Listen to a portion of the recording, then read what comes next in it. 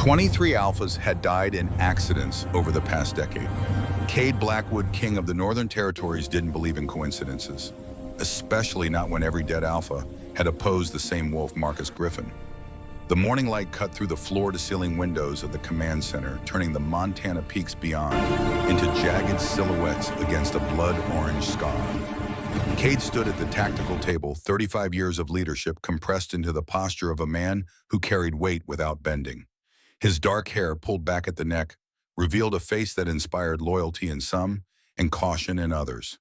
The storm-gray eyes that studied the maps before him had seen enough violence to recognize its patterns. Colonel Hayes entered without knocking, 55 years old, graying at the temples with the scarred hands of a warrior who'd earned his rank in combat rather than politics. He carried 2 files under one arm and a thermos of coffee that smelled like it had been brewed strong enough to strip paint. Coffee first, then the bad news. Cade took the offered cup, the liquid burn going down exactly how he preferred it. Hayes didn't deal in pleasantries or small talk.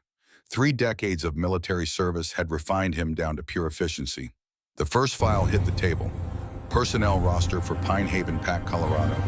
Population 215 unmated alphas known for conservative politics and resistance to Omega protection reforms. Marcus Griffin's territory. The second file landed with more weight. Incident reports spanning 10 years. Alphas dying in freak accidents, rogue attacks, sudden illnesses. Each death had been investigated, closed, filed away. Clean paperwork, neat conclusions. Too neat. Cade flipped through the pages, committing names and dates to memory. Alpha Rodriguez, Border Patrol, ambush. Alpha Winters, heart attack at 40. Alpha Chen hunting accident. Alpha Thorne killed during a claiming frenzy 6 years ago. The list went on, each death a small tragedy that together formed something larger and more sinister. Your inspection tour starts tomorrow. Pine Haven, first stop. Hayes leaned against the table, arms crossed. His expression said what his mouth wouldn't. This wasn't routine inspection. This was reconnaissance into hostile territory. Marcus knows we're coming. Official notification went out 3 weeks ago. He's had time to prepare, which means he's had time to hide anything worth finding. Cade closed the files and walked to the window. Silvercrest stretched below, a fortress city built into the mountainside. 10,000 wolves called it home. His responsibility, his kingdom. Built on principles his father had established, and he'd expanded. Every wolf under his rule deserved protection, regardless of designation or political affiliation. No exceptions. Marcus preaches tradition, old ways. Alphas rule Omegas, submit beta support. Clean hierarchy. Hayes poured himself coffee from the thermos. And anyone who disagrees tends to have unfortunate accidents. The pattern was there, stark as daylight once you knew to look for it. Marcus visiting a territory advocating for traditional policies, then an alpha dying unexpectedly. The deceased alpha's pack falling into chaos. Marcus positioning one of his allies to take control. Consolidating power territory by territory, influence by influence. Patient, methodical, deadly. Take Connor, 6 warriors, rotation shifts. Nothing visible that screams security detail. Already arranged. Connor's picking the team now. Good. Marcus will expect standard inspection protocol. Let him think that's what he's getting. Hayes studied him for a long moment. And what are we really doing? Finding proof. One way or another. The helicopter touched down on the landing pad outside Pine Haven Pack House at 1400 hours. Mountain wind whipped across the clearing, carrying the scent of pine, something else. Fear, maybe, or anticipation. Hard to tell the difference sometimes. Cade stepped out, first boots hitting concrete, with the confidence of a man who owned every inch of ground he walked on. The delegation waiting to greet them stood in formal arrangement, 12 wolves arranged by rank and designation. Military precision, Marcus's influence. The alpha himself stood at center, silver hair, catching afternoon light. Marcus Griffin at 50 looked like someone's distinguished grandfather, the kind of elder who might tell stories by a fireplace and dispense wisdom with a gentle smile. The kind of mask that predators wore when they needed to blend into civilized society. King Blackwood. Welcome to Pine Haven. We've prepared everything for your inspection. The voice matched the appearance. Warm, respectful, completely artificial. Cade had spent enough years in politics to recognize performance when he heard it. Alpha Griffin, thank you for accommodating the schedule change. No change at all. We're honored to host you. The greeting party maintained perfect formation as introductions proceeded. Beta 2nd Gamma Warriors, Pack Physician, Head of Household. Names and faces that would matter later if this turned into the investigation Cade suspected it would become. Hayes stood 2 steps back and to the left eyes cataloging exits and sightlines. Connor held position with the Warriors alert without appearing tense. They were escorted through corridors decorated with photographs spanning decades. Pack history immortalized in black and white then color. Alphas shaking hands, Warriors in formation celebrations and ceremonies. Normal pack life documented and displayed. Nothing to suggest the darkness Cade knew lurked beneath. The guest quarters offered a view of the training grounds and forest beyond. Spacious, comfortable, isolated from the main pack areas. Standard protocol for visiting dignitaries, but also convenient for keeping them contained and monitored. Dinner is at 1800 in the main hall. Unless you prefer to rest and after the journey, Marcus stood in the doorway, the perfect host showing concern for his guests' comfort. The smile never quite reached his eyes. Dinner sounds appropriate. I'd like to tour the facilities first. Standard inspection routine. Of course, I'll have Beta Morrison show you around. Cade moved to the window, dismissing Marcus without turning. Actually, I prefer to walk the territory myself. Get a feel for the pack without official escorts. You understand? The pause lasted 3 seconds, long enough to be noticeable, long enough to confirm that Marcus absolutely did not want the Alpha King wandering unsupervised through Pine Haven. Of course, though I should mention pack members may be startled by your presence without warning. Security protocols suggest advance notice for everyone's safety.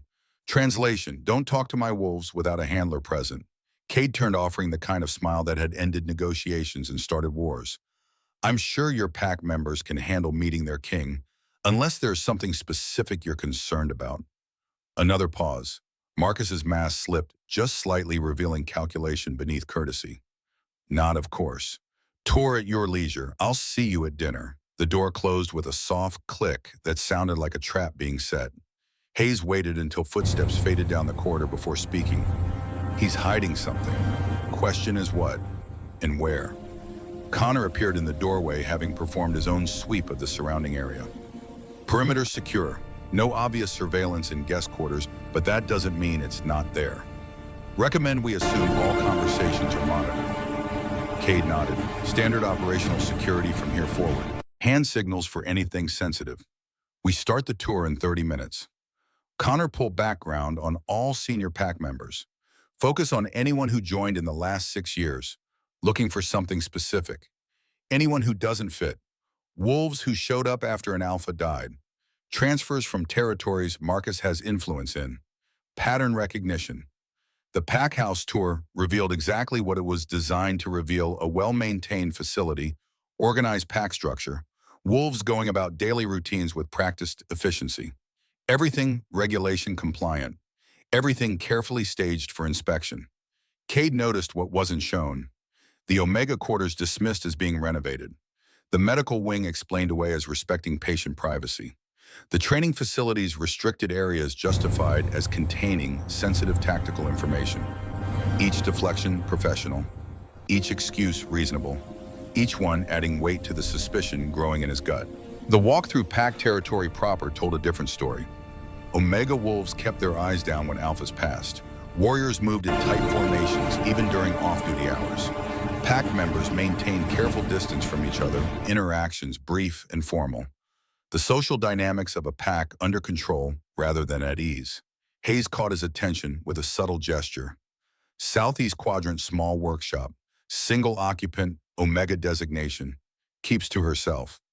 Cade altered course toward the indicated building, a modest structure separated from the main residential area. Through the window movement, someone working at a table bent over fabric. The workshop of a seamstress from the looks of it. Practical, isolated, easy to overlook. The chemical scent hit him 10 feet from the door. Wolfsbane, Ostbane, nightshade, other compounds he recognized from tactical training on poisons and their uses. Not strong enough to be dangerous at this distance, but present, persistent. The kind of smell that came from long-term exposure rather than single-dose contamination. Hayes noticed it too. That's not medicinal. No, it's suppression. The pieces started fitting together, and Omega using poison to suppress scent. Extreme measure, desperate measure. The kind of action that spoke to fear deeper than anything ordinary pack life should generate. In Marcus's territory, standard protocol said knock announce presence request permission to enter. Investigation protocol said gather intelligence first. Cade stepped to the window, keeping to the angle that prevented easy detection from inside. The Omega working at the table moved with the careful precision of someone in chronic pain, each motion calculated to minimize discomfort. 22, maybe 23 years old, but the gray pallor of her skin and the brittle quality of her movements suggested someone decades older. Malnourished, ill, dying. She reached for something on the shelf. Her sleeve rode up, revealing arms marked with the kind of damage that came from repeated poisoning. Damaged veins, discolored skin, the physical evidence of someone systematically destroying their body from the inside. Hayes moved closer. We need to report this to Pack Medical. That Omega needs treatment. We need to know why first. Omegas don't poison themselves without reason. The workshop door opened, not Cade's doing. The Omega emerged carrying a bundle of fabric. She moved past them without acknowledgement, eyes fixed on the ground 3 feet ahead. The chemical scent intensified at close range, confirming what Cade already suspected. This wasn't accidental exposure. This was deliberate, sustained self-poisoning. She was 10 steps away when it happened. A stumble, the fabric bundle tumbling from her grip, her knees buckling as if the simple effort of walking had exhausted reserves already depleted. Cade reached her before she hit the ground, instinct overriding protocol. His hands caught her shoulders, steadying her weight. The contact sent electricity through both of them. A jolt that had nothing to do with static and everything to do with biology. The mate bond snapped into place like a physical blow. Recognition on a level deeper than conscious thought. Destined mates written into genetics and fate and whatever force governed these things. Undeniable, immediate, devastating. Her eyes went wide, not with joy or recognition, with pure terror. No, not you, not now. She wrenched away from his grip with strength that shouldn't exist in someone so physically compromised. The fabric forgotten, she ran, not toward pack house or safety, toward the forest, toward escape. Cade stood frozen, the mate bond singing through his nervous system like a live wire. Every instinct screamed to pursue, to claim, to protect. The rational part of his mind that had kept him alive through 3 decades of leadership imposed control through sheer force of will. Hayes appeared at his shoulder. Sir, what just happened, mate bond? She's my destined mate, and she ran, because she's terrified of me, of the bond, of something. The pieces were falling into place too fast, and Omega poisoning herself to suppress her scent. In Marcus's territory, Marcus who opposed Omega protection laws, Marcus who'd been present at the claiming frenzy that killed Alpha Thorn 6 years ago, and Omega who should be dead from the poison levels in her system but somehow still alive, still hiding, still surviving. The sound of footsteps announced Marcus's approach before his voice carried across the clearing. Is there a problem, King? The false concern grated. Cade turned, keeping his expression neutral. One of your pack members collapsed. Health issues from the look of it. Rowan, she suffers from chronic illness. Very sad case.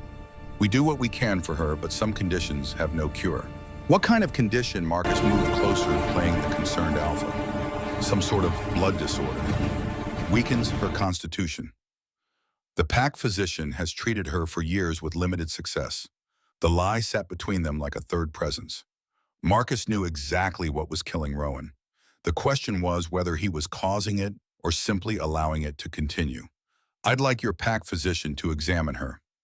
Get a second opinion.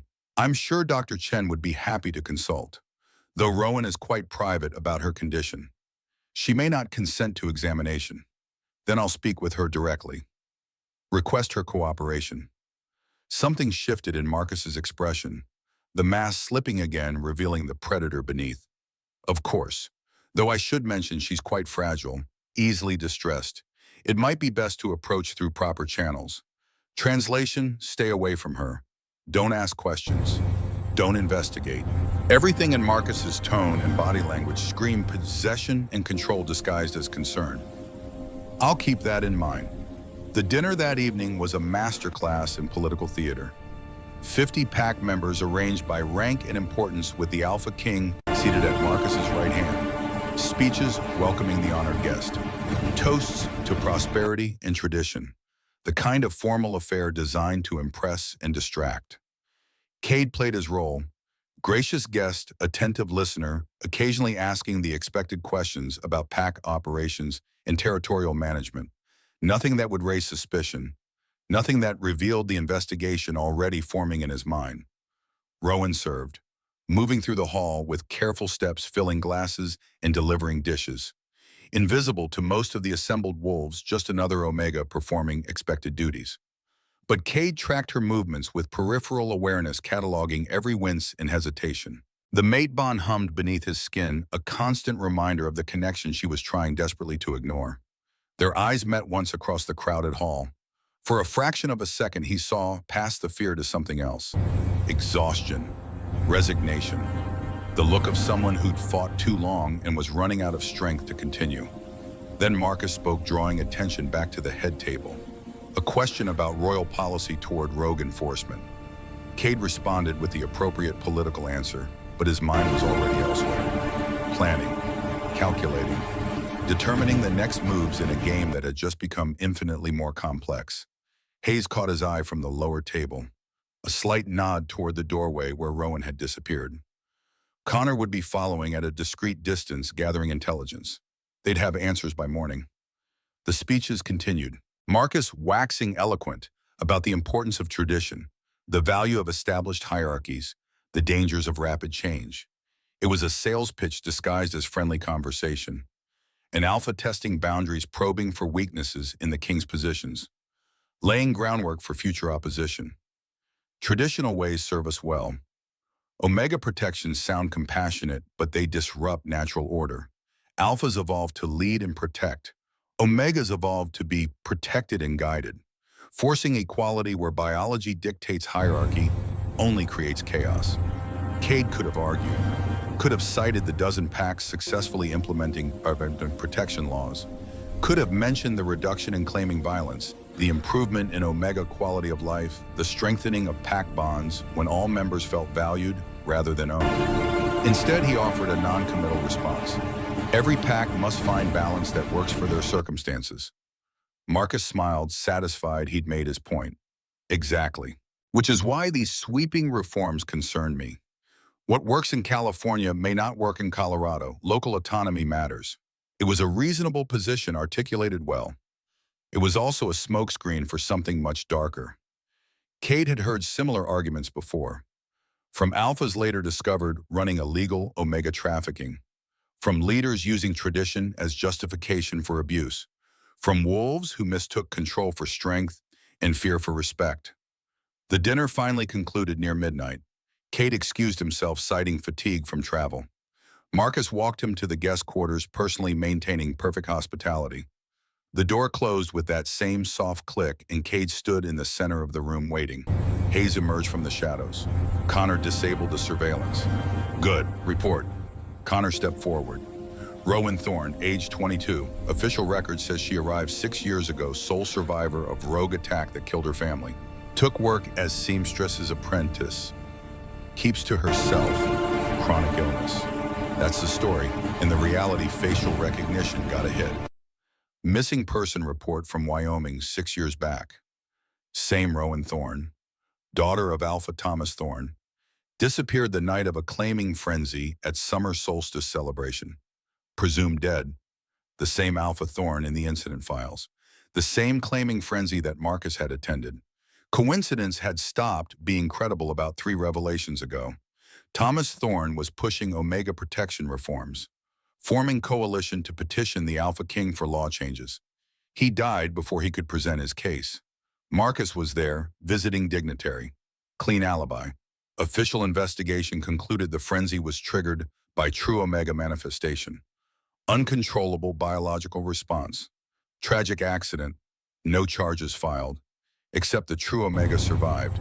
And she's been hiding in Marcus's territory for 6 years, poisoning herself to suppress her scent. Hayes pulled out additional files. It gets worse. cross-referenced Marcus's travel records with the 23 suspicious Alpha deaths. He was present at or near every single incident, sometimes official business, sometimes personal visits, always with plausible explanation, always cleared by investigation. Patterns too consistent to be coincidence. He's either the unluckiest wolf alive or he's orchestrating these deaths. The evidence was circumstantial, suggestive, not enough for formal charges, but more than enough to justify deeper investigation. The question was how to proceed without tipping Marcus off that he was under suspicion. We need to talk to Rowan, get her testimony about what happened that night. She ran from you this afternoon. Doubt she'll cooperate. The mate bond complicates things, but it also means I'm the one alpha in this territory she might be able to trust. Eventually. Connor cleared his throat. Sir, there's one more thing. Pack physician is Dr. Chen. She's been treating Rowan for 6 years. Medical records show consistent diagnosis, blood disorder, unknown origin treatment, ineffective. But her private notes tell different story. Cade waited. Connor hesitated, which meant the next information was significant. Dr. Chen documented suspected poisoning 3 years ago, brought concerns to Marcus. He ordered her to stop investigating, said it was respecting Rowan's privacy. She complied. But she's been keeping separate records. Everything points to self-administered toxins for scent suppression. Why would Marcus know about True Omega in his territory and allow her to slowly kill herself unless he wants her to die? Eliminates a witness to whatever really happened 6 years ago. Or he's using her, keeping her weak and desperate, dependent on his permission to stay hidden. The strategic possibilities were ugly. A True Omega under control represented leverage, political capital, insurance against accusations, since exposing her would trigger claiming frenzies and violence that could be blamed on her mere existence. Marcus could argue that True Omegas were dangerous, that protection laws would lead to case, and he'd have a living example to point to. We extract her. Tonight. Get her to Silvercrest, where she'll be safe. Hayes shook his head. She runs if Marcus knows we're onto something. Whole investigation blows up. He destroys evidence, warns his network, disappears anyone who could testify. Then we do this carefully. Gain her trust, get her testimony, build the case before making any moves. The plan had risks. Every day Rowan remained in Pine Haven was another day she poisoned herself. Another day closer to organ failure and death. But rushing extraction would cost them the larger case. The 23 dead alphas deserve justice, not just one rescued Omega. Tomorrow I request private audience with Pack physician. Official inspection protocol, Dr. Chen talks to me without Marcus present. We see how much she's willing to share. And Rowan, I'll find a way to talk to her. Convince her I'm not the threat she thinks I am. The mate bond was both advantage and complication. It meant Rowan would feel the pull toward him whether she wanted to or not. But it also meant every instinct would tell her that accepting the bond meant giving up the control she'd fought 6 years to maintain. Trust would have to be earned, and earned fast. Morning brought mountain fog thick enough to cut visibility to 30 feet. Perfect weather for clandestine meetings. Cade requested Dr. Chen's presence under the guise of discussing Pack health protocols. Standard inspection procedure. Marcus couldn't refuse without raising suspicion. The Pack physician was 70 if she was a day with hands that shook from arthritis and eyes that missed nothing. She entered the conference room with the careful dignity of someone who'd seen too much and said too little for too long. Chen, thank you for making time. I have questions about Pack health management practices. Of course, AlphaKing. How may I assist? Cade dismissed the guards. Hayes remained positioned between them and the door. Connor stood outside, ensuring no interruptions. Dr. Chen's eyes tracked the security arrangements, understanding dawning. This is about Rowan, not a question, a statement. Cade respected directness enough to return it. Tell me what's really killing her. The physician's shoulders sagged. 6 years she'd carried this secret. 6 years watching a young Omega destroy herself. The relief of finally being asked by someone who might actually help showed in every line of her face. Wolfsbane extract, nightshade tincture, 3 other compounds I can identify, and 2 I cannot. Daily ingestion for at least 6 years, possibly longer. Cumulative toxicity is catastrophic. Liver function 40%, kidneys 35%, bone density severely compromised. Neurological damage evident. She's dying. Why hasn't Marcus stopped it? I asked him that 3 years ago when I confirmed poisoning. He said respecting her privacy was more important than violating her autonomy. Ordered me to stop investigating. Said if she wanted help, she'd ask for it. But she's terrified to ask for help because she's hiding something. Dr. Chen nodded. I believe she's a true Omega. The sense suppression would explain everything. The desperation, the willingness to die slowly rather than live with her nature exposed. You knew suspected, could never confirm. True Omega scent is completely suppressed by that poison cocktail. But the psychological profile fits. The fear, the isolation, and the physician hesitated. Cade waited, giving her space to decide how much to reveal. I was at Silver Creek the night Alpha Thorn died, visiting family. I saw the claiming frenzy, saw Marcus speaking to the unmated Alphas beforehand, saw him with Alpha Thorn right before the Omega's scent manifested, and I saw the girl run into the forest. Only got a glimpse, but you think it was Rowan? I think Marcus knows exactly who she is, and I think he's been keeping her here as insurance. As long as she's hidden and terrified, she can't testify about what really happened that night. What did happen? Dr. Chen's hands trembled. Not from arthritis, from fear. That's something you'd have to ask someone who was closer to the center of it. I only saw pieces. But AlphaKing, I'm telling you this now because that girl is running out of time. Another year, maybe less, and the poison will kill her. If you can help her, please do it, before it's too late. I intend to, but I need evidence about Marcus, about the frenzy, about how he's connected to other Alpha deaths. Then you need to talk to the soldiers. The ones who were commanded that night. Commanded. The word hung heavy with implication. Alpha Command used to trigger a frenzy, to turn rational wolves into mindless attackers, to create the chaos that would kill Thomas Thorne and eliminate his reform movement. Do you have names? 7 Alphas were tested for elevated command markers after the frenzy. Standard medical protocol. All 7 showed positive. Those records were sealed by official order. But I kept copies. She produced a data chip from her pocket. Everything's on here. Medical records, my private notes, the names. Enough to start your investigation. Cade took the chip. This is evidence of murder. If Marcus finds out you gave this to me, then I die like Alpha Thorn did. Like 22 other Alphas. Like Rowan is dying right now. At least my death would mean something. The courage of someone choosing right over safe. Cade stood, extending his hand. You've done the right thing. I'll protect you. Just protect her. That's all I ask. The fog lifted by midday, revealing a territory that looked peaceful in afternoon light. Deceptive. Everything about Piney Haven was deceptive. Pretty surface hiding rot beneath. Cade found Rowan in her workshop predictably. She worked without looking up, aware of his presence, but refusing to acknowledge it. The fabric beneath her hands was destined for pack house curtains, delicate embroidery that required steady fingers and clear vision, both of which she had to be struggling with given the poison coursing through her system. We need to talk. She didn't pause. I have nothing to say to you. Then listen. I know who you are. I know what happened 6 years ago, and I know Marcus has been using you. Her hands still, the needle caught light, suspended in the act of piercing fabric.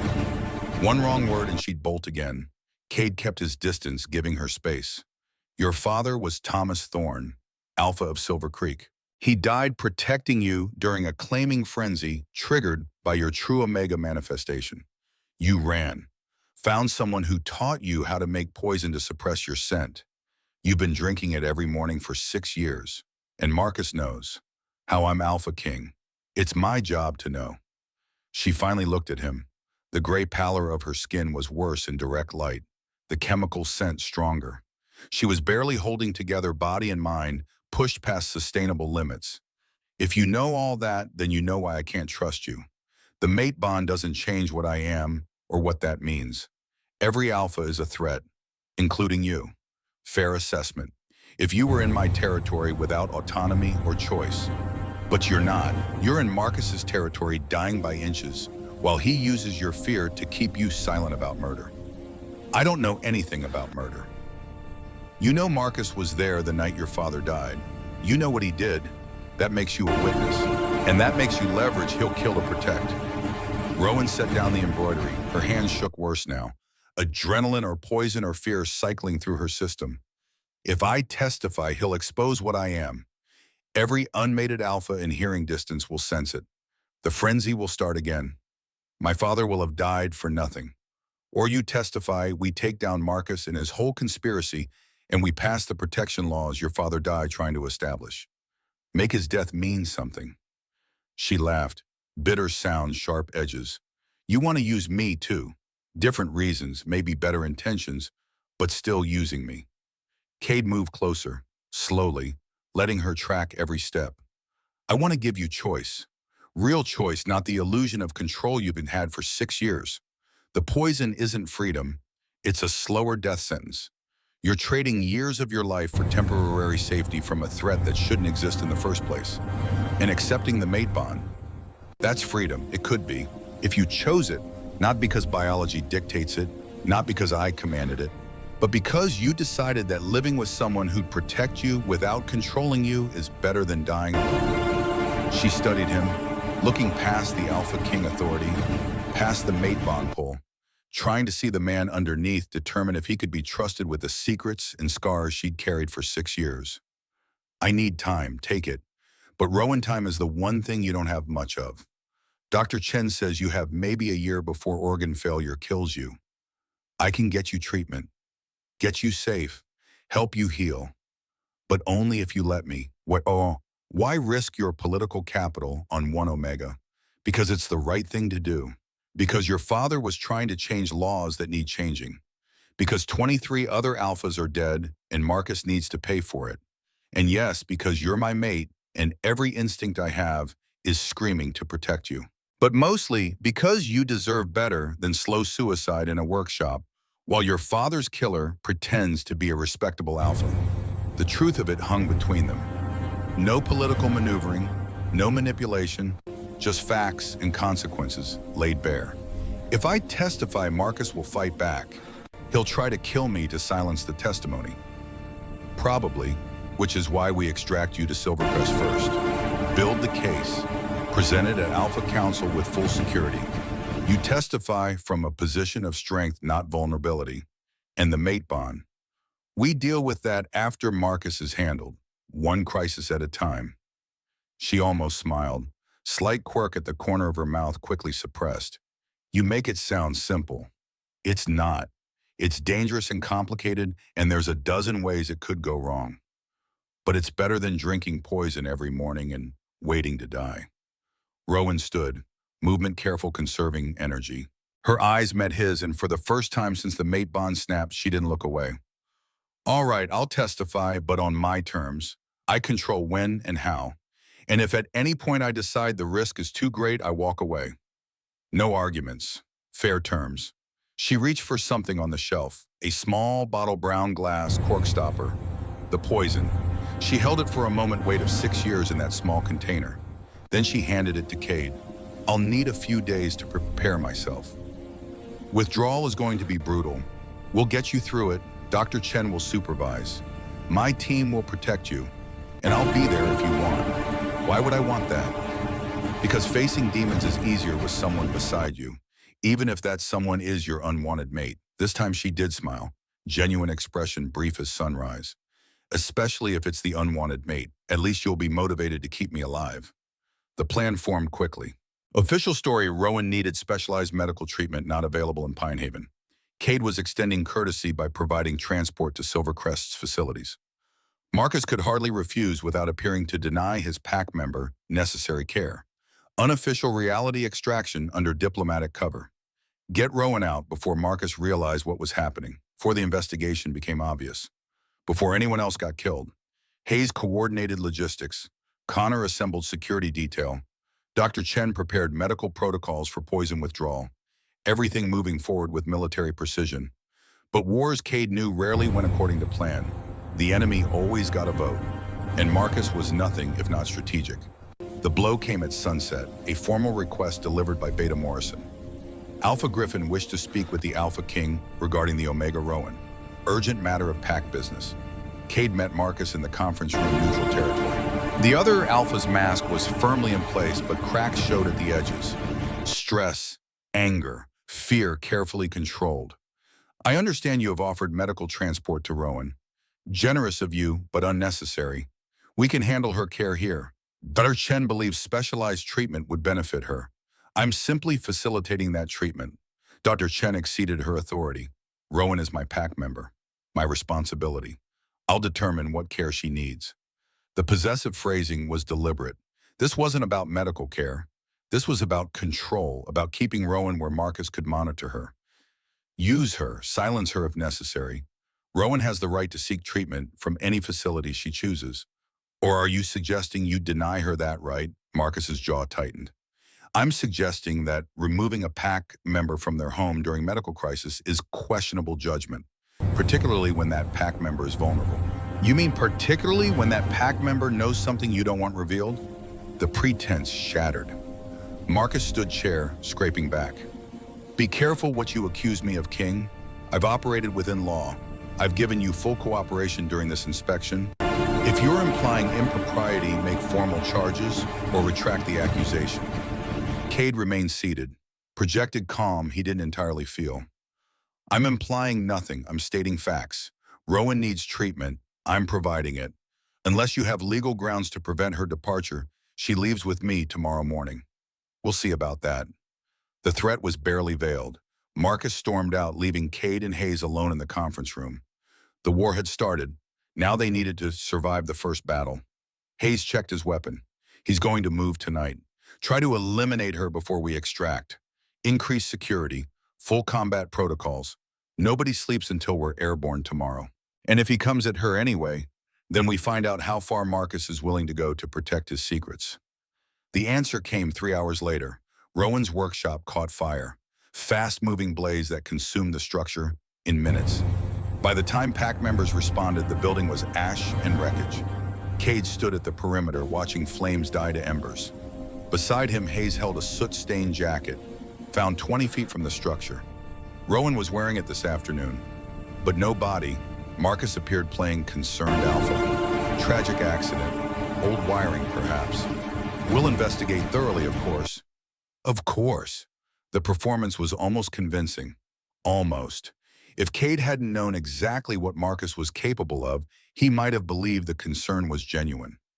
Connor emerged from the darkness, found her, alive, unconscious from smoke inhalation, but alive. Dr. Chen has her in medical. Marcus's expression flickered. Surprise, disappointment, quickly masked.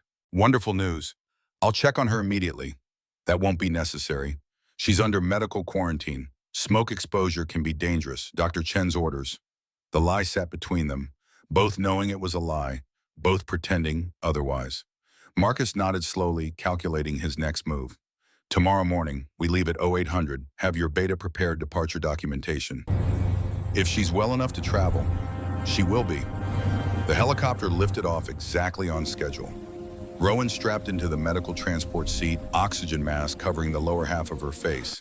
Dr. Chen monitoring vitals. Connor and 4 warriors forming defensive perimeter. Hayes co-piloting. Cade watched Pine Haven shrink beneath them. Marcus stood in the clearing, face turned up toward the departing aircraft. Even from this distance, the fury was visible. The realization that his leverage was escaping, his control slipping, his secrets threatening exposure. This was only the beginning. Marcus would fight back, call in favors, mobilize allies, try to discredit anything Rowan testified to. The political battle would be brutal. The stakes were life and death for more than just one Omega. But wars were won by soldiers willing to fight them. And Cade Blackwood had just declared his side. Rowan's eyes opened behind the oxygen mask, met his across the narrow cabin. Fear still present, doubt, exhaustion. But something else too, something that might become trust given time and proof. He held her gaze, unspoken promise passing between them. I've got you, you're safe now. Whatever comes next, we face it together. She nodded once, small gesture. Acceptance of temporary alliance, if not permanent bond. It was enough, for now. Montana mountains rose ahead, Silvercrest Fortress emerging from morning mist. Home territory, defensible ground, the place where they'd build the case that would bring down Marcus Griffin and change the world for every Omega still hiding in fear. The helicopter banked into final approach. Cade's phone buzzed. Message from Hayes. Council meeting in 72 hours. Marcus has called for emergency session. He's making his move. Good. Let him. Every move he made now would be documented. Every threat recorded. Every mistake cataloged for eventual prosecution. The game had begun in earnest, and Cade intended to win. Silvercrest Medical Wing smelled like antiseptic in mountain air filtered through ventilation systems designed to prevent scent contamination. Rowan occupied a private room on the secure floor monitors, tracking vitals that fluctuated between concerning and critical. 72 hours until the Alpha Council convened. 72 hours to prepare testimony that would either bring down a murderer or get them all killed trying. Cade stood at the observation window watching Dr. Rebecca Morse work. The physician was 53, former military medic who'd seen combat injuries that made textbook medicine look quaint. She'd examined Rowan for 6 hours straight after extraction, running every test available and inventing a few that weren't. The preliminary results covered Cade's desk in damning detail. Liver enzymes elevated to lethal levels, kidney function declining hour by hour, bone scans showing deterioration consistent with decades of calcium leaching, neurological tests revealing damage that might never fully heal. 6 years of daily poisoning compressed into medical terminology that translated to one simple truth: Rowan was dying, and stopping the poison might kill her faster than continuing it. Withdrawal symptoms started 18 hours post-extraction, violent tremors that required restraints, fever spiking to 105 degrees, vomiting that produced traces of blood and tissue. Her body had adapted to the poison-built dependencies that made it simultaneously killing her and keeping her alive. Removing the toxin meant forcing every system to recalibrate without the chemical crutch it had learned to need. Dr. Morse emerged from the room, stripping contaminated gloves. She's stable, for now, but the next 48 hours are critical. Her body's trying to heal and detoxify simultaneously. It's like running a marathon while recovering from surgery. Prognosis: if she survives withdrawal, 6 to 12 months recovery minimum. Permanent damage to liver and kidneys likely. Reduced bone density will require ongoing treatment. Neurological effects are unpredictable. She might regain full cognitive function. She might not.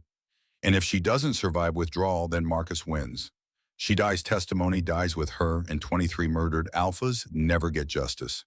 Hayes entered carrying updated intelligence reports, the kind that arrived in sealed folders marked eyes only. Council meeting confirmed for 48 hours from now. 15 major pack Alphas attending. Marcus has been working the phones, building his coalition. How many votes does he control? 7 confirmed traditionalists. Another 3 leaning his direction. He needs 11 to block any legislation. Needs unanimous vote to face execution charges, which means we need to flip at least 1 traditionalist, or prove his guilt so thoroughly that even his allies abandon him. Connor appeared in the doorway, tablet in hand, displaying surveillance footage. We've got movement. 3 wolves departed Marcus's territory 6 hours ago, heading east toward Wyoming. Running facial recognition now. The images cycled through. 2 males, 1 female, all combat age, all moving with the controlled efficiency of trained operatives. Connor's software matched faces to pack registries, pulling up identification and history. First male, Brett Anderson, 32, former military. Specialty in long-range elimination. Second male, Kyle Morrison, 28, explosives training. Female, Sarah Devlin, 35, intelligence operations. Marcus is sending assassins. Hayes studied the routes marked on the tactical display. They're not coming here. Trajectory suggests they're heading to Silver Creek, Wyoming, where Rowan's family is, where her brothers still think she's dead. Leverage play. Marcus threatens the family, forces Rowan to recant testimony, or he eliminates them, removes any corroborating witnesses to events 6 years ago. Cade's jaw tightened. Intercept team, full combat authorization. Take them alive if possible, dead if necessary, but they don't reach Silver Creek. Already scrambled. ETA to intercept point in 3 hours. The pieces were moving. Marcus making his play, trying to eliminate threats before council convened. Standard tactical doctrine when facing superior forces, attack the weak points. Rowan was weak point 1. Her family was weak point 2. The question was what else Marcus considered vulnerable and how far he'd go to protect his conspiracy. The answer arrived 20 minutes later via encrypted message from an unknown sender. Cade's secure phone buzzed once. Single text, no identifying information. You have evidence? I have more. Meet me. Coordinates attached. Hayes read over his shoulder. Trap? Probably. But also potentially intelligence from inside Marcus's operation. Someone wanting to flip. Or someone setting up ambush. Connor traced the signal origin. Bounced through 6 proxy servers. Originated somewhere in Colorado. Can't narrow it further without more time. What do the coordinates point to? Neutral territory. Rest stop off Interstate 25. 50 miles from here. Public location. Hard to stage ambush without witnesses. Hard, not impossible. Cade weighed options. Stay safe and miss potential intelligence. Or take calculated risk and possibly gain the evidence needed to guarantee conviction. The mathematics of warfare always came down to acceptable losses versus strategic gains. I'm going. Hayes Connor, 4-man team. Full tactical load. Anything feels wrong, we extract immediately. The rest stop materialized from highway darkness like an oasis of fluorescent light. 18-wheelers idled in the truck section. Families used bathrooms and vending machines in the main building. Normal American infrastructure at 2 in the morning, populated by the kinds of people who traveled odd hours for legitimate reasons. Cade's team arrived in 2 vehicles. Civilian appearance concealing military-grade preparation. Connor ran counter-surveillance from the second vehicle, while Hayes accompanied Cade into the building proper. The coordinates pointed to a specific table in the 24-hour restaurant section. Corner booth with sight lines to all entrances. The man waiting there looked like he'd aged a decade in 6 years. Declan Stone, 28 years old, wearing guilt like a second skin. The alpha who'd nearly claimed Rowan during the frenzy. The soldier who'd been following orders he didn't understand. The wolf who'd spent 6 years believing he'd contributed to murder. He stood when Cade approached. Formal respect mixed with barely contained desperation. AlphaKing, thank you for meeting me. You have 30 seconds to convince me this isn't an ambush before my team neutralizes you. Declan didn't flinch, just placed both hands flat on the table, universal gesture of non-aggression. I came to testify about what Marcus did 6 years ago, about how he used Alpha Command to trigger the frenzy, about how he murdered Alpha Thorn. Why now? Why not 6 years ago when it happened? Because 6 years ago I didn't understand what had been done to me. I thought the frenzy was my fault. Natural response to true Omega scent.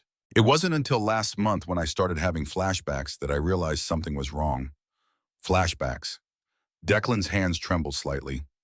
Memories don't match my actions. I remember wanting to pursue Rowan, but I also remember not wanting to. Like my body was being controlled by someone else. Like I was passenger in my own skin. Alpha Command leaves traces, neurological markers that fade over time but never completely disappear. I got tested, paid a private physician in Nevada to run the blood work. Results showed elevated command markers. 6 years later, still detectable. That's not natural alpha response. That's external manipulation. Hayes moved closer, positioning himself for rapid intervention if needed. You're saying Marcus commanded the frenzy. I'm saying I remember his voice in my head. Right before Rowan's scent manifested, commanding pursuit, commanding violence, commanding us to eliminate Alpha Thorn. At the time, I thought it was my own instinct. Now I know better. Can you prove it? Declan produced a data chip. 7 other alphas from that night got tested. All showed command markers. All agreed to testify if granted immunity. We were weapons. Marcus pulled the trigger. The evidence was circumstantial. Blood tests showing elevated markers proved command had been used, but not definitively that Marcus was the source. Defense lawyers would argue natural pack hierarchy, alpha dominance, establishing order during chaos. Reasonable doubt built into biological reality. But combined with Dr. Chen's evidence, the financial records, the pattern of deaths, and Rowan's testimony, it created comprehensive picture. Not just one piece, entire puzzle. Testifying means making yourself a target. Marcus will come after you. He's already tried. 3 attempts in the last month. Why do you think I'm meeting you in public at 2 a.m. instead of walking into Silvercrest during daylight? What do you want in exchange? Declan's expression shifted. Less desperation, more determination. I want to make it right. I want Alpha Thorne's daughter to know that some of us who hurt her are trying to fix it. And I want Marcus to pay for what he did, for turning good soldiers into murderers. The mathematics changed. With Declan's testimony, they had alpha witnesses to command manipulation. With the other 7 willing to cooperate, they had pattern. With medical evidence backing it up, they had scientific proof. The case was no longer circumstantial. It was comprehensive. Council meets in 42 hours. Be in Silvercrest by dawn tomorrow. My team will provide security and debriefing. There's one more thing. Marcus is planning something for the council meeting. I don't know details, but I overheard communication. He has wolves positioned. Contingency plan if testimony goes against him. Assassination? Maybe, or hostage situation. Or mass violence. He's desperate.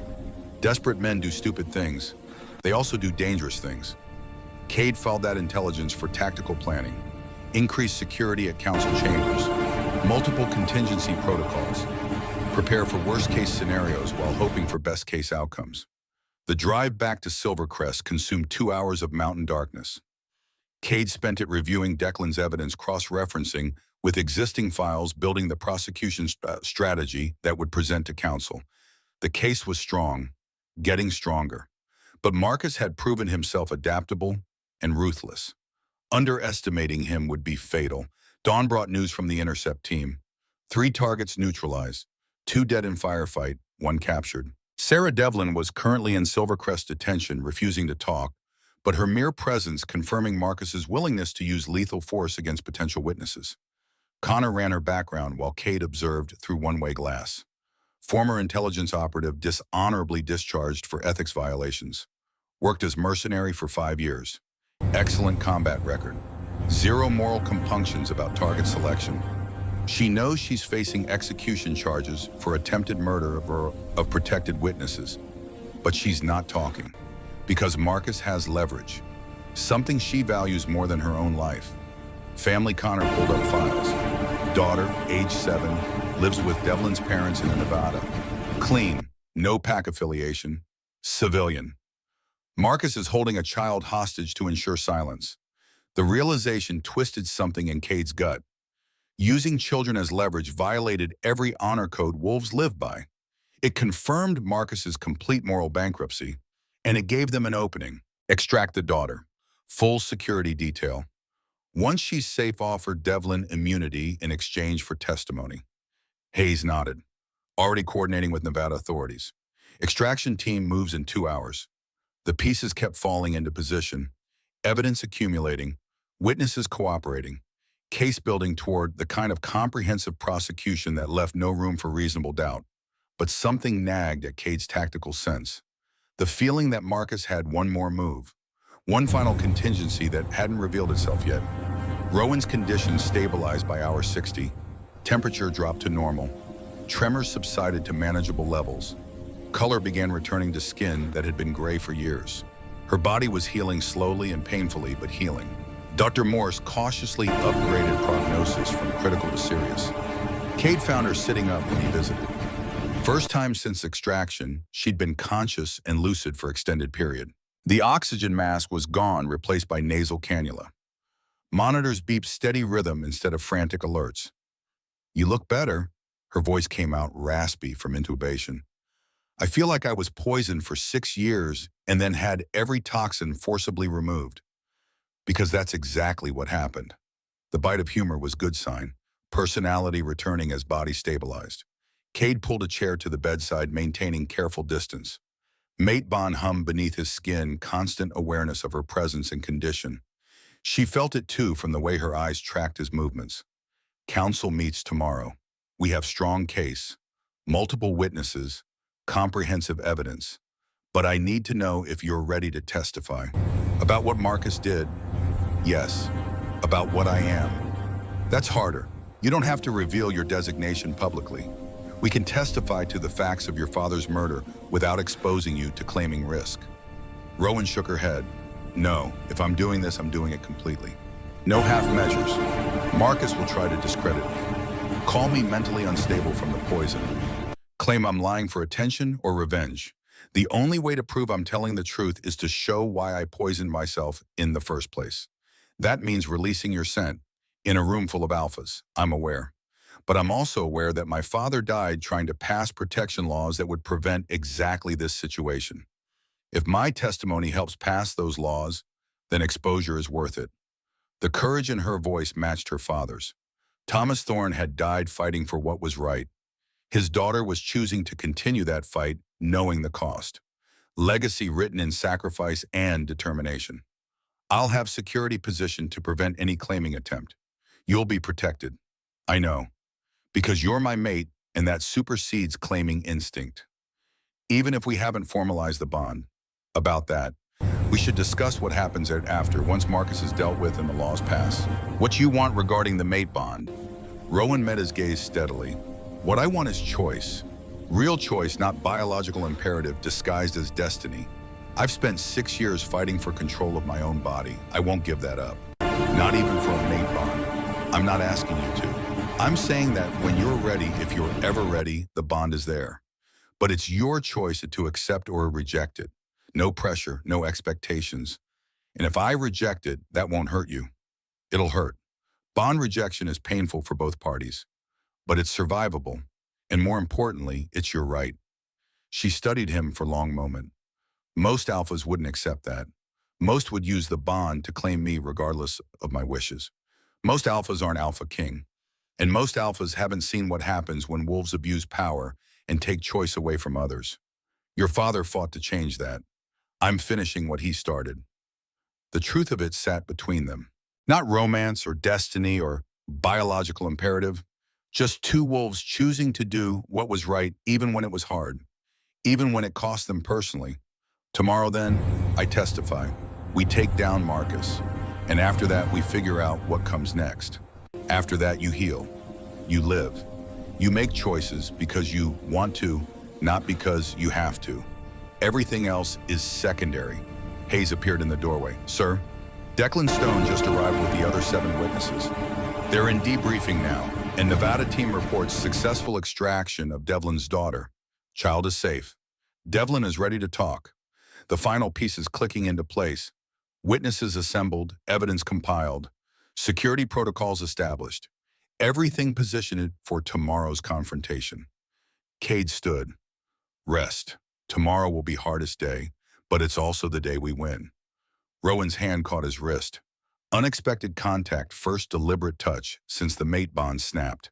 Her fingers were cold from poor circulation, but grip was firm. Thank you for destroying my poison, for giving me a chance to live instead of just survive. He covered her hand with his. You're welcome. Now finish healing so you can help me change the world. The council chamber was built like a war room masquerading as courtroom. Circular seating arrangement for 15 major alphas with overflow capacity for 200 observers. Stone walls thick enough to contain violence if proceedings turn physical. Security checkpoints at every entrance. Cameras recording everything for legal record and historical documentation. Cade arrived 2 hours before scheduled start. Hayes and Connor supervised final security sweep while he reviewed notes one last time. The prosecution strategy was straightforward. An established pattern-present evidence, call witnesses, force Marcus to defend the indefensible. Then push for not just guilty verdict, but also passage of comprehensive Omega protection laws that would prevent future murders disguised as tradition. The alphas began arriving at 0900. Elder Morrison, first 70 years old and walking with a cane that disguised a blade. California's Alpha Sterling, next 52, an outspoken reformer. Then the traditionalists, Marcus's allies wolves, who'd benefited from his political maneuvering and owed him loyalty. 7 confirmed votes in his column. 8 if you counted Marcus himself. Marcus entered last, calculated move making everyone wait for him. He wore formal attire playing the role of wronged alpha defending his honor. The mask was firmly in place. Reasonable, concerned, confident he'd weather whatever accusations came his way. The 2 men's eyes met across the chamber. Silent acknowledgement that today would end with one of them destroyed. Political death or literal death. Stakes couldn't be higher. Morrison called the session to order at 1000 hours exactly. The ancient Alpha might move slowly, but his mind was sharp as the blade hidden in his cane. This council was convened to address two matters. First, charges against Alpha Marcus Griffin of conspiracy, murder, and treason. Second, proposed Omega protection legislation. Both matters require full council attention and vote. AlphaKing Blackwood, you filed the charges. Present your case. Cade stood. Projection screens activated, displaying the first evidence timeline of suspicious Alpha deaths over 10 years. 23 names, 23 dates, 23 locations, all marked on territorial map, all connected to one wolf. For a decade, Alphas have died under suspicious circumstances. Official investigations ruled these deaths accidental or natural. But when you examine the pattern, a different picture emerges. 23 Alphas, all reformers, all advocating for policy changes that threaten traditional power structures. All died while Alpha Marcus Griffin was present at or near the location. Marcus stood smoothly. Circumstantial correlation. I travel frequently as part of my duties. Of course, I've been present at multiple territories. That proves nothing except that I'm active in council affairs. Then explain this. Connor triggered the next display. Financial records, shell companies, payments to mercenaries, money trail connecting Marcus's accounts to hired killers over multiple years. The evidence was dense, complex, but undeniable. Someone had paid for assassinations. That someone's money came from Marcus's network. These are falsified, clearly manufactured to frame me. I demand independent audit. Already done. 3 separate forensic accountants verified the transactions. The money is real. The payments are real. The hired killers are real. One of them is currently in our detention facility, ready to testify that you hired her to eliminate potential witnesses. The chamber erupted in murmurs. Alphas conferring with their advisors. Marcus's allies looking less certain. The evidence was hitting harder than expected, catching even wolves who'd planned to support him off guard. Morrison gavelled for silence. We will hear testimony. Alpha Blackwood, call your first witness. Declan Stone entered the chamber like a man walking to his execution. In many ways he was. Testifying meant admitting his own role in Alpha Thorne's death, accepting responsibility even as he explained the external manipulation. No guarantee counsel would grant immunity rather than punishment. He took the witness position, swore oath on Alpha honor, began speaking with a kind of quiet intensity that came from years of carrying guilt. 6 years ago, I was 22, soldier in good standing, followed orders without question. The night of Silver Creek's summer solstice celebration, I was visiting on leave. Alpha Thorne was hosting. Everything was normal until the true Omega's scent manifested. The frenzy that followed wasn't normal. I've been around Omegas in heat, even worked security for previous true Omega situations. Those created attraction, interest. This was compulsion, like someone reached into my brain and forced me to pursue, to claim, to kill anyone who stood in my way. I attacked my own friend, tackled Alpha Thorne's son, who was trying to protect his sister. Would have killed him if the girl hadn't run, chased her into the forest, caught her. Would have forced a bond if her other brother hadn't intervened. The whole time some part of me was screaming that this was wrong, that I didn't want this. But my body wasn't responding to my mind. It was responding to someone else's command. Marcus rose. This is fantasy, guilt-driven delusion. He participated in violence, can't accept responsibility, so he blames external forces. Declan didn't break eye contact with the council. I got tested last month. Blood work showed elevated alpha command markers. 6 years after the incident, still detectable. That's not natural frenzy response. That's manipulation. Cade triggered the next display. Medical test results. Not just Declan's. All 7 alphas from that night. Every single one showed command markers. Statistical impossibility for natural frenzy to leave that kind of uniform trace. 7 alphas. 7 positive tests, 7 witnesses to the same external command. That's not delusion, that's pattern. The other 6 alphas entered as a group, confirmed Declan's testimony, described the same sense of compulsion, the feeling of being passenger in their own bodies. Some broke down, some spoke with rage. All corroborated the core truth Marcus had used Alpha Command to trigger frenzy. to create chaos, to murder Alpha Thorn under cover of biological inevitability. Morrison leaned forward. This is serious accusation. Alpha Command used this way violates our most sacred laws. If true, it constitutes not just murder, but corruption of our very nature. Which is why we have one more witness. Someone who was at the center of the frenzy. Someone who survived and has been hiding for 6 years because she knew Marcus would kill her to protect his secret. The chamber doors open. Rowan entered flanked by security detail. She wore simple clothes, nothing formal or fancy. Her color was better after 3 days of treatment, but still showed signs of years of poisoning. She moved carefully, conserving energy, but her eyes were clear, determined. The true Omega scent hit the chamber like a wave. Sweet, intoxicating, undeniable. Every unmated alpha in the room reacted. Bodies tensing, pupils dilating, biological response activating exactly as designed. But no one moved, because Cade stood beside her mate bond, visible in how they oriented toward each other. Because Morrison's security detail had weapons ready. Because this was council chamber, not wilderness, and social controls mattered more than instinct. State your name for the record. Rowan Thorn, daughter of Alpha Thomas Thorn. True Omega, survivor of the Silver Creek, claiming frenzy. Marcus's mask finally cracked. Shock, fear, rage. The girl he'd believed dead standing alive and testifying. His entire conspiracy exposed by the one witness he'd thought and eliminated. Rowan began speaking, calm, clear, recounting the night 6 years ago, her father's warnings in the weeks beforehand, his suspicions about Marcus. The recorder he'd given her, asking her to keep it running during the celebration because he expected trouble. The audio recording played over chamber speakers. Marcus's voice. Thomas's voice. The confrontation minutes before the frenzy, enough to destroy any remaining doubt about premeditation. My father gave this to me as I ran, told me Marcus did this, told me to survive and tell someone. Anyone. I've been carrying it for 6 years, poisoning myself to stay hidden, waiting for someone powerful enough to stand against Marcus. She turned to face Marcus directly. You murdered my father. You manipulated good soldiers into becoming killers. You've been systematically eliminating anyone who threatened your power, and you're going to pay for all of it.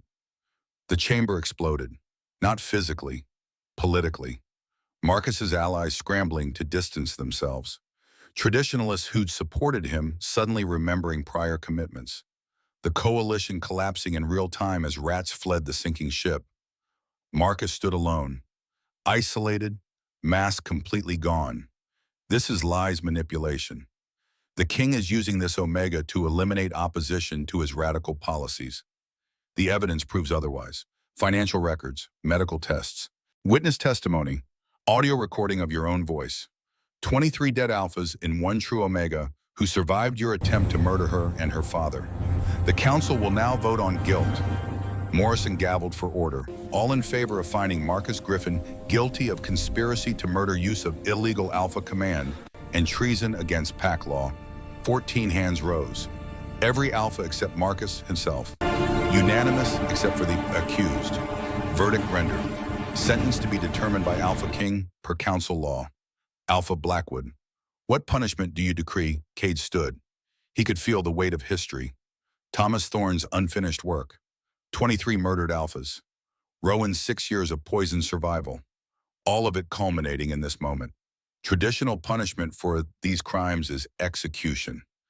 Death for murder, death for treason, swift justice for heinous acts. But I reject that punishment. Execution would make Marcus a martyr.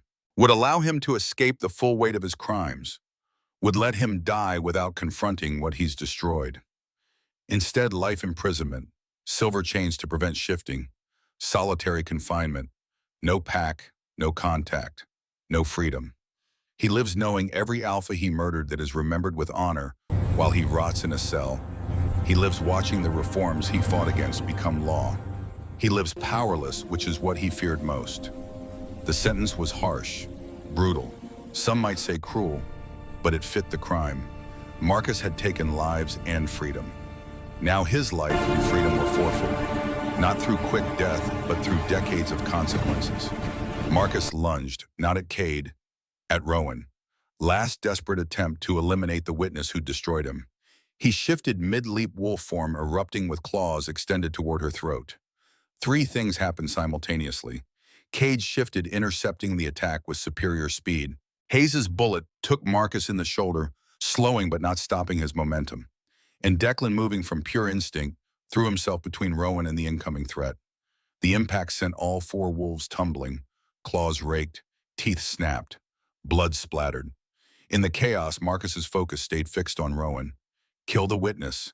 Eliminate the threat. Nothing else mattered. Cade's jaws closed on Marcus's throat. Not killing bite. Control hold. Forcing submission through superior strength and position. The older Alpha struggled, but physics and power differential made resistance futile. Morrison's voice cut through the violence. Stand down. All participants cease combat immediately. The command of an elder Alpha carried weight even in midst of battle. Cade released his hold, shifted back to human form. Blood ran down his shoulder from where Marcus's claws had connected, but the wound was superficial. Marcus lay on the floor, silver chains being locked into place by security. His face was twisted with hate and rage. This isn't over. Others believe as I do. Others will continue the fight. Then they'll join you in prison.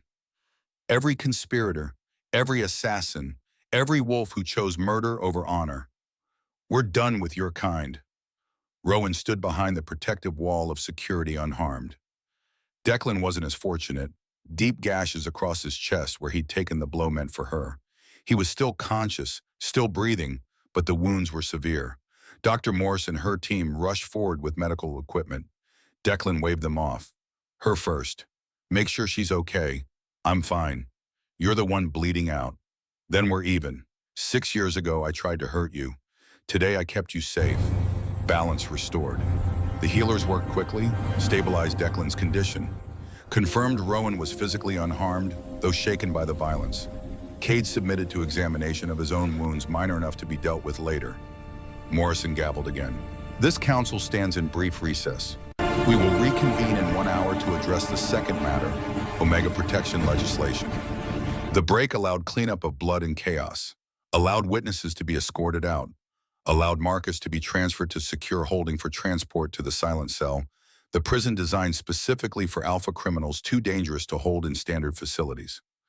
Cade found Rowan in a private chamber sitting with her head in her hands, adrenaline crash hitting hard after the violence.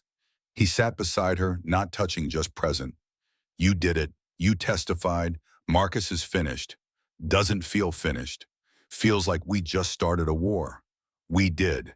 But it's a war worth fighting. Your father knew that. Now so do we.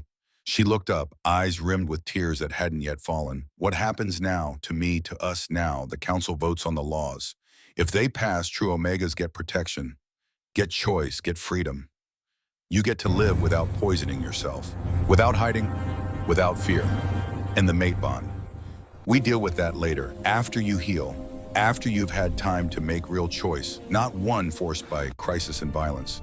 Rowan nodded slowly.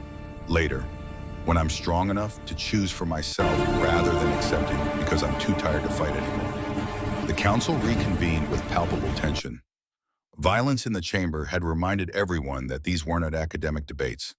These were life and death matters where wolves died and futures hung in balance. Morrison addressed the assembly. We've seen today the consequences of unchecked power, of tradition twisted to serve personal ambition. The question before us now, do we codify protections to prevent such abuses, or do we maintain status quo that allowed them to flourish? Alpha Sterling stood first. California votes yes. We've seen enough violence, enough claiming frenzies, enough true Omegas forced into bonds against their will. The proposed laws are necessary and overdue. The traditionalists were in disarray. Their leader in prison, their coalition exposed as murderous conspiracy. Several abstained rather than vote against protections.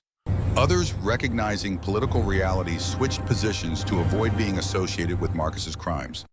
When Morrison called the vote, 11 of 15 Alphas supported the comprehensive Omega protection legislation, claiming frenzies illegal, forced bonding a capital crime. True Omegas granted absolute right to refuse any Alpha. Pack Alphas personally responsible for protection. Support systems established. The laws passed. Thomas Thorne's dream realized 6 years after his death. Rowan's sacrifice given meaning. 23 murdered alphas honored through the reforms they died trying to establish.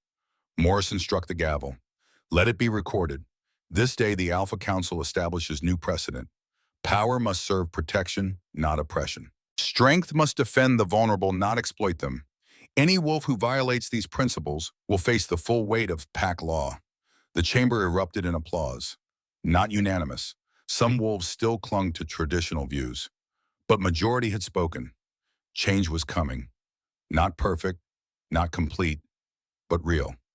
Cade found Rowan afterwards standing before the memorial wall where council honored fallen alphas. Fresh plaque being installed, Thomas Thorne, who gave his life so others could choose their own. Below it, another name added, and his daughter Rowan, who survived to finish his work. She traced the letters with her fingers. He would have been proud.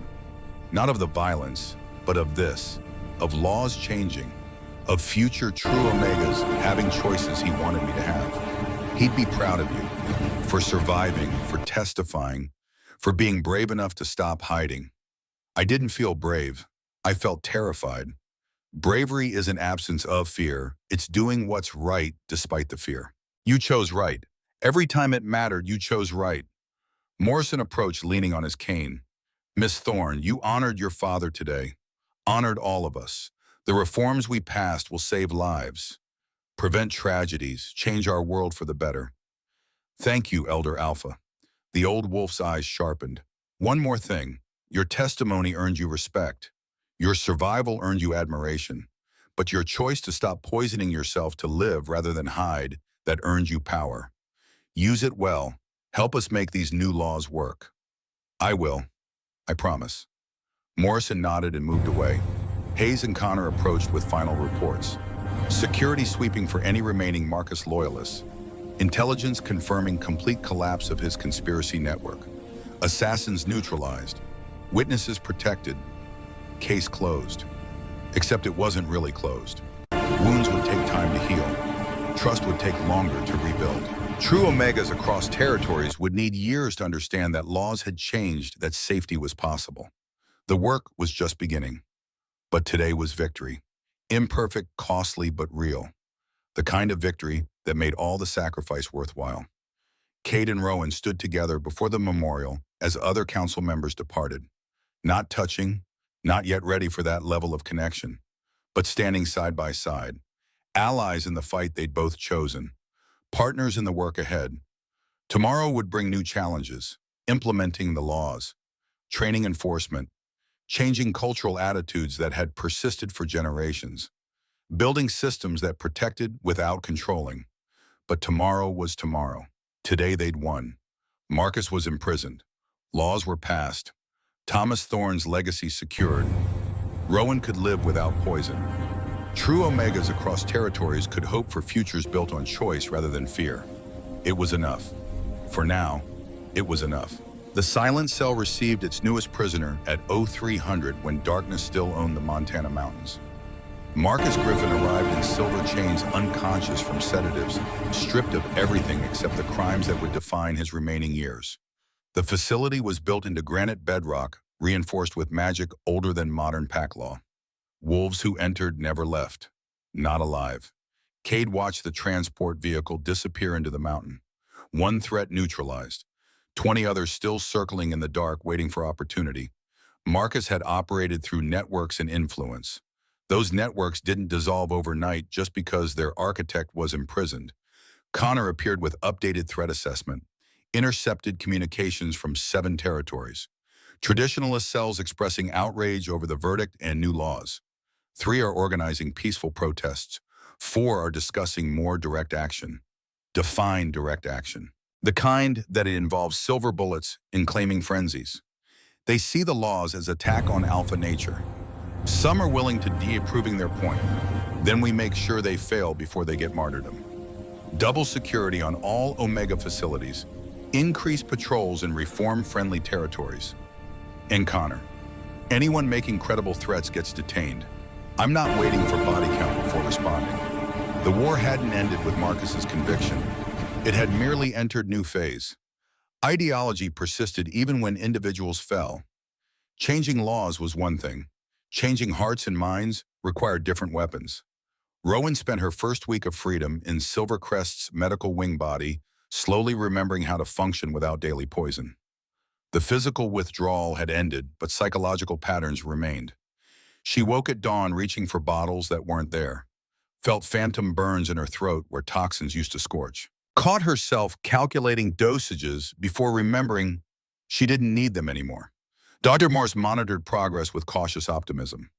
Liver enzymes dropping to manageable levels, kidney function improving incrementally. Bone density would take months to rebuild, maybe years. Neurological tests showed promising signs of healing. The body wanted to survive. It just needed time and support.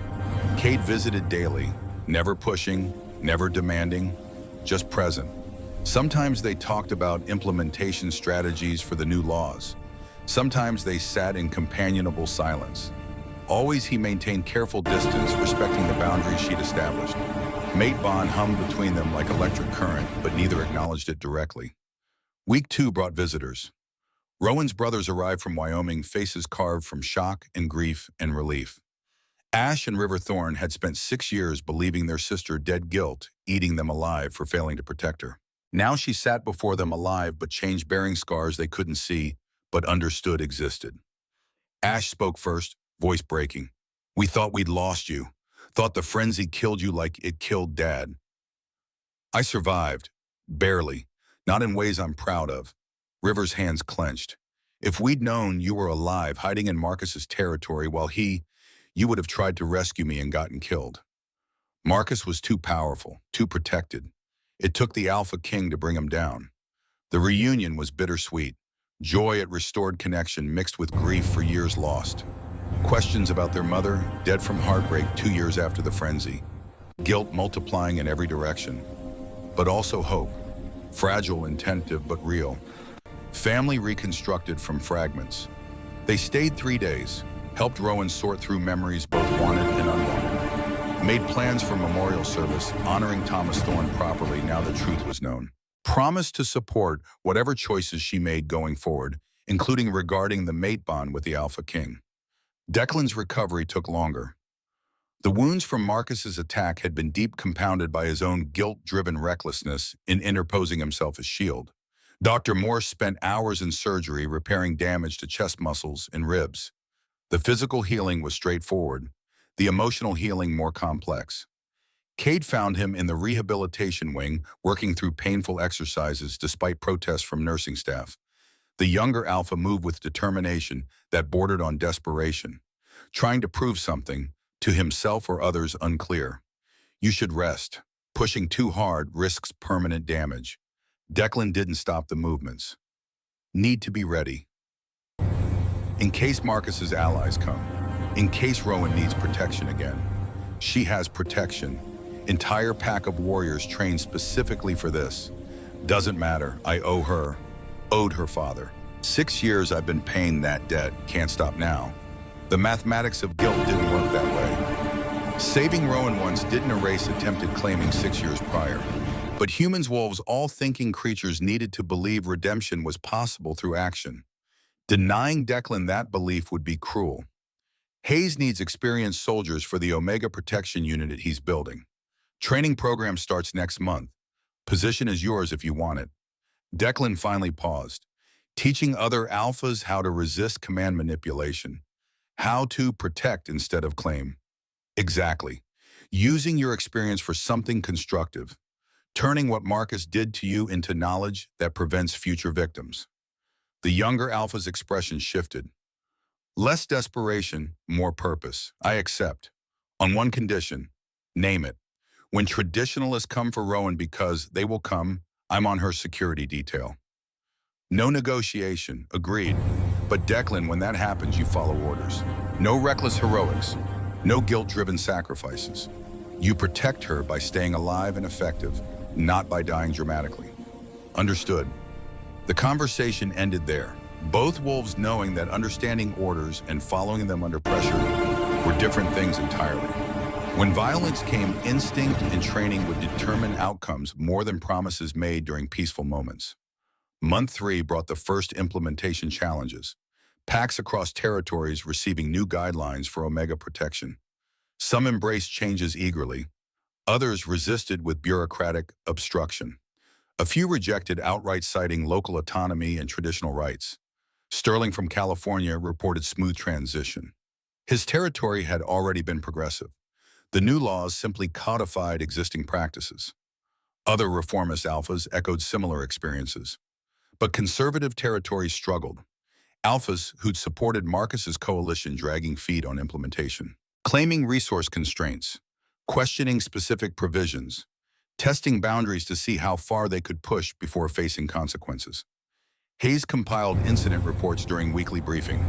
12 packs in open noncompliance, 7 more implementing minimal standards while ignoring spirit of the laws.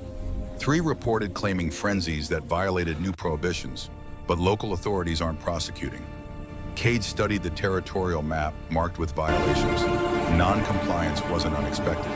Changing centuries of practice required more than single council vote. It required enforcement. Examples: consequences that proved the laws had teeth. Schedule inspection tours. Start with the 12 in open non-compliance. Full security detail. Media coverage. Make it clear that defying council law means facing the AlphaKing directly. That'll antagonize traditionalists further.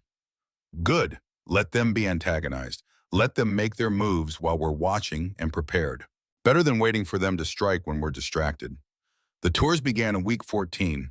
Cade Hayes Connor and 20 Warrior Detail, visiting resistant packs, inspecting Omega housing, reviewing protection protocols, interviewing Omegas privately to ensure no coercion or abuse, finding violations everywhere they looked.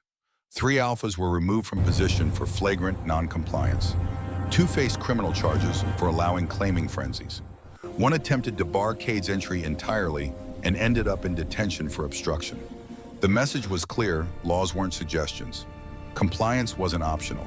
Resistance had consequences. But consequences bred resentment, and resentment bred violence. The attack came on day 97 during Silvercrest Winter Festival. Public celebration marking the year's end, hundreds of pack members gathered in the central square. Music and food, and the kind of normalcy that made people forget danger could arrive without warning. Rowan attended at Cade's invitation. First major public appearance since her testimony.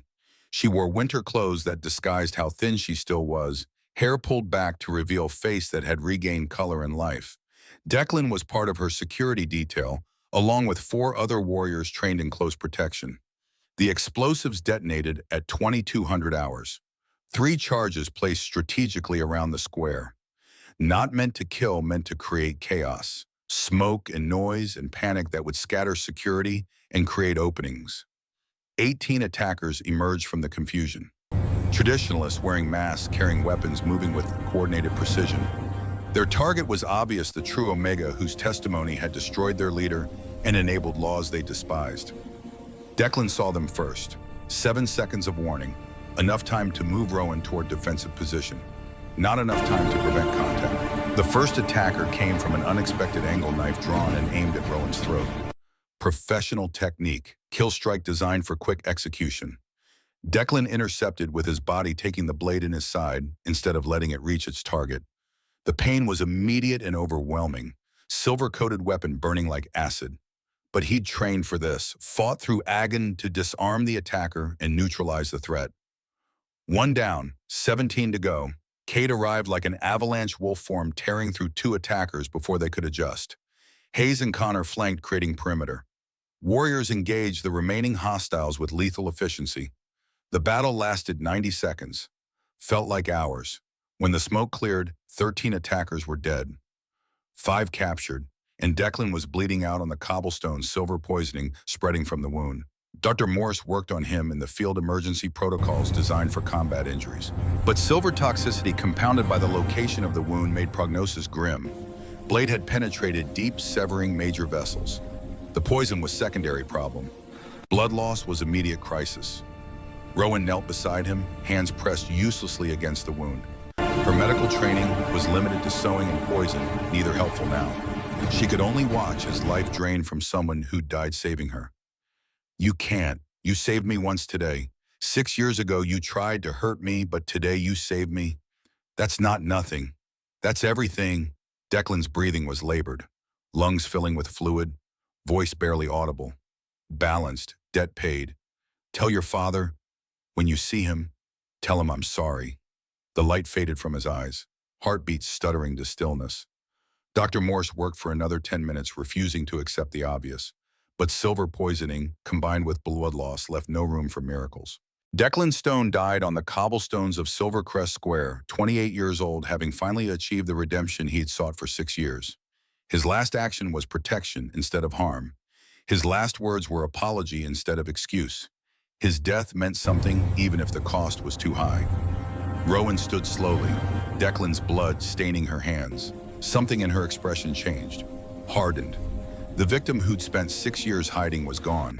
What remained was someone who'd seen too much death, who'd lost too many people to violence masquerading as tradition. She turned to face the captured attackers being restrained by warriors.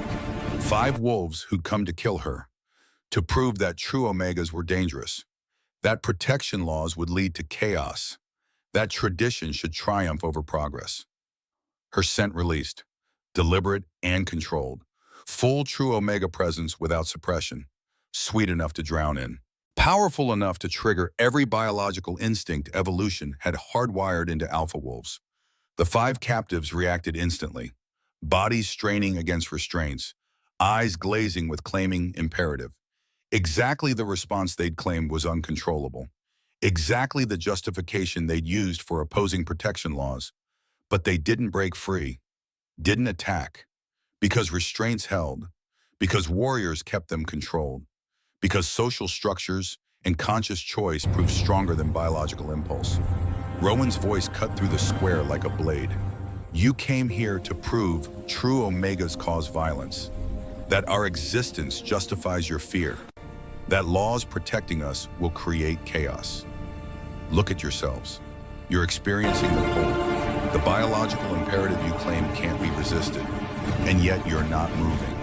Not because the response isn't real, but because you're being held accountable. Because society is stronger than instinct when we choose to make it so. My father understood that. Declan understood that. Even Marcus understood it, which is why he had to use Alpha Command to trigger the frenzy. Natural response isn't enough to excuse murder. It never was. The words carried across the square, captured on cameras, recorded for history, a true Omega standing over the body of someone who died protecting her, proving that the danger wasn't her existence. The danger was wolves like the attackers who chose violence and blamed biology. Morrison arrived as cleanup crews began their work. The elder Alpha surveyed the carnage with eyes that had seen too much violence across too many years. 8 civilians injured in the explosions, 13 attackers dead, 1 hero fallen. The cost of progress written in blood on cobblestones. This changes things. Traditionalists crossed a line, attacking civilians, targeting a protected witness, using explosives in populated area. The council won't tolerate this. We need more than council condemnation. We need complete dismantling of these cells, root and branch. No more waiting for them to attack before we respond. Cade's tone carried the weight of decision made. Investigation into the traditionalist network intensified. Intelligence assets deployed. Informants recruited. Financial records subpoenaed. The response was comprehensive and unforgiving. Within 2 months, 47 wolves were in custody on conspiracy charges. Networks that had existed for decades were exposed and destroyed. Leaders who'd operated in shadows found themselves facing trial and imprisonment.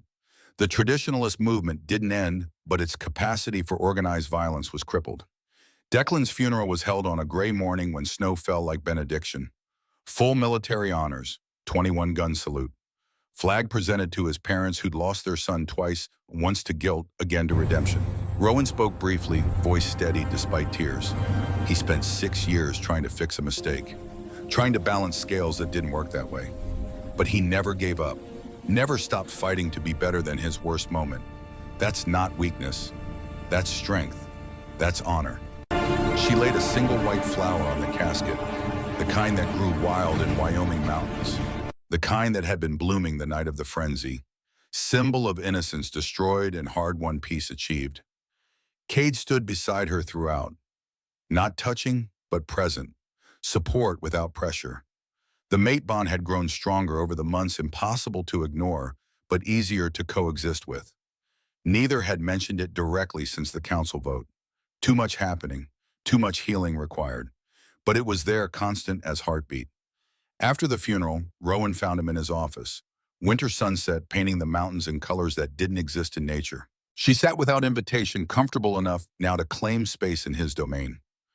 We need to talk about the bond. All right, what about it? I've been thinking. 6 months ago, you destroyed my poison, violated my autonomy in the name of saving my life. I hated you for it. Past tense, because you were right. The poison wasn't control, it was slow suicide. You gave me a chance to live instead of just survive. I'd do it again, even knowing you'd hate me for it. I know, that's why I'm ready to accept the bond. Not because I have to, not because biology demands it, but because I choose it, choose you. The words hung between them, weighted with months of careful distance and hard-earned trust. Cade stood, moved to where she sat, knelt to bring them eye level. The gesture deliberate, AlphaKing, humbling himself before someone who deserved that respect. You're sure once the bond is formalized, it's permanent. No going back. I'm sure I'm choosing this. Choosing you. Not the mate the moon goddess assigned me. Not the AlphaKing who saved my life. You. The man who respected my choices even when they hurt. Who fought for laws my father died trying to pass. Who gave me time to heal before asking for anything in return. Then I accept. And Rowan, I promise you this, I'll protect you without controlling you. Honor your choices even when I disagree. Love you for who you are, not what you are. That's the bond I'm offering. Take it or leave it. She smiled, genuine expression unmarred by fear or hesitation. I'll take it. The mating ceremony was private. Just Hayes Connor, Dr. Morse, and Morrison as witnesses. No spectacle, no political theater. Simple exchange of vows in the traditional bite that sealed the bond permanently. Cade's teeth at her throat, gentle despite the strength behind them, marking her as his as she marked him. The mate bond completed with a rush of emotion and connection that went beyond physical. Minds touching, souls recognizing. Partnership formalized in the oldest way wolves knew. When they separated, both were different.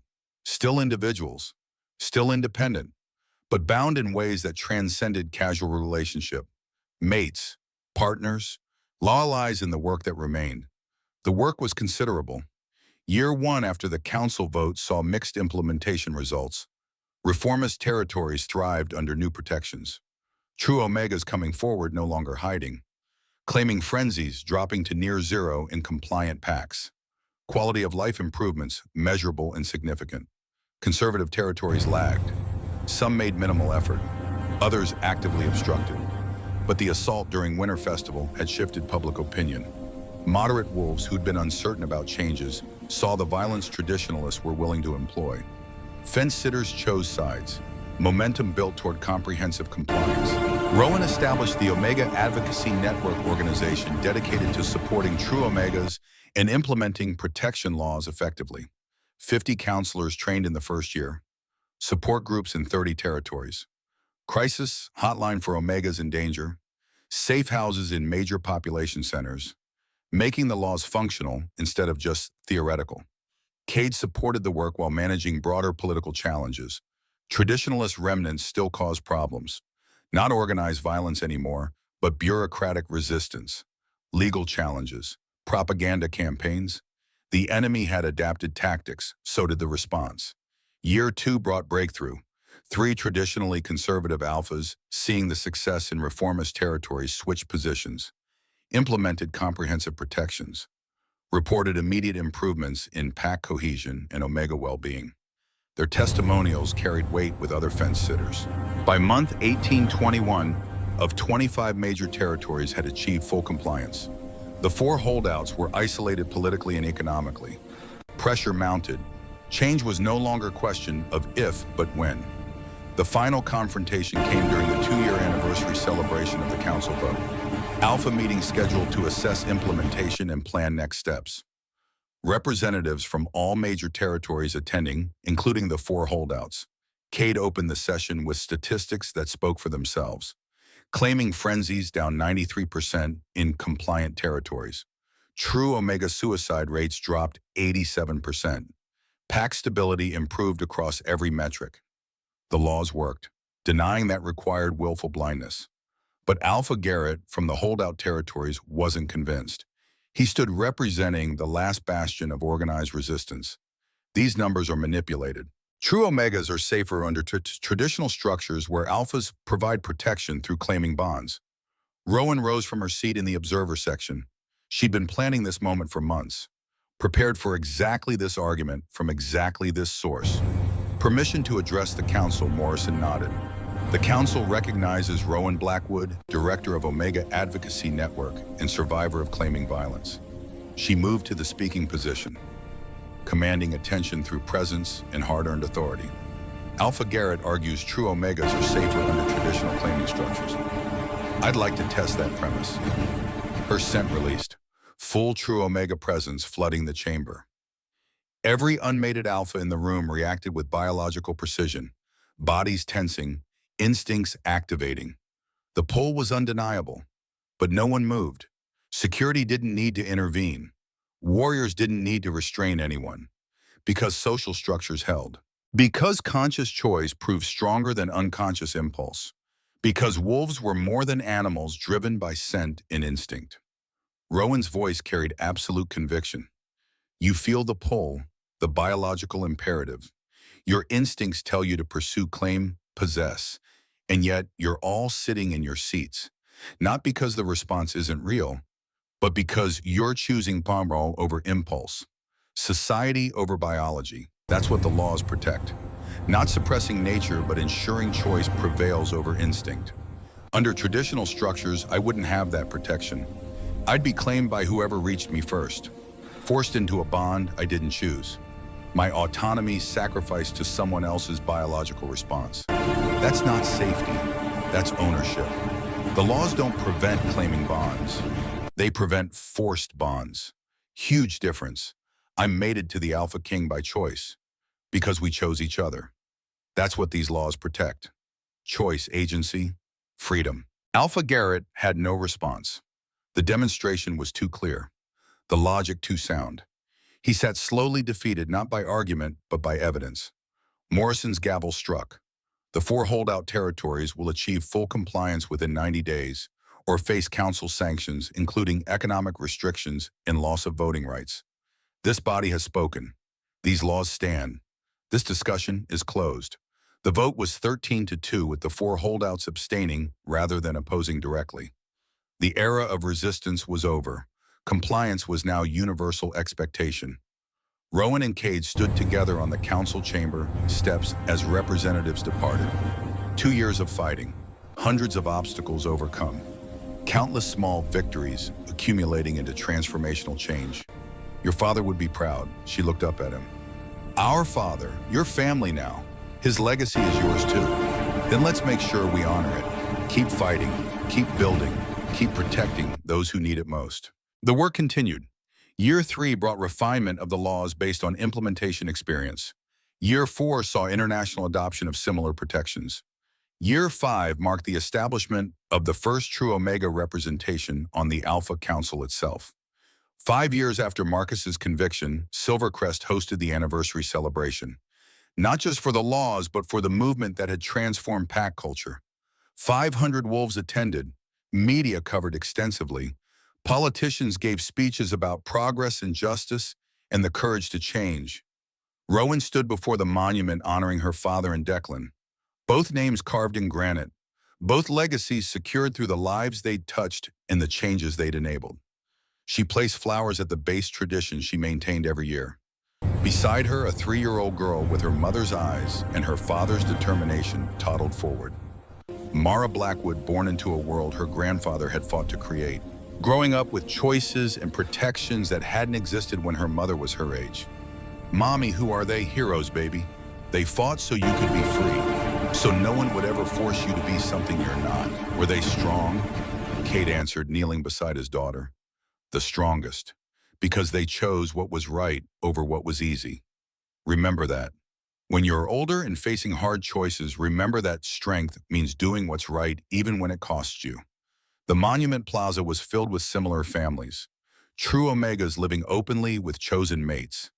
Alphas who'd learned to protect without possessing. Wolves of all designations coexisting in structures that valued choice over hierarchy. The world wasn't perfect. Incidents still occurred. Some wolves clung to old ways.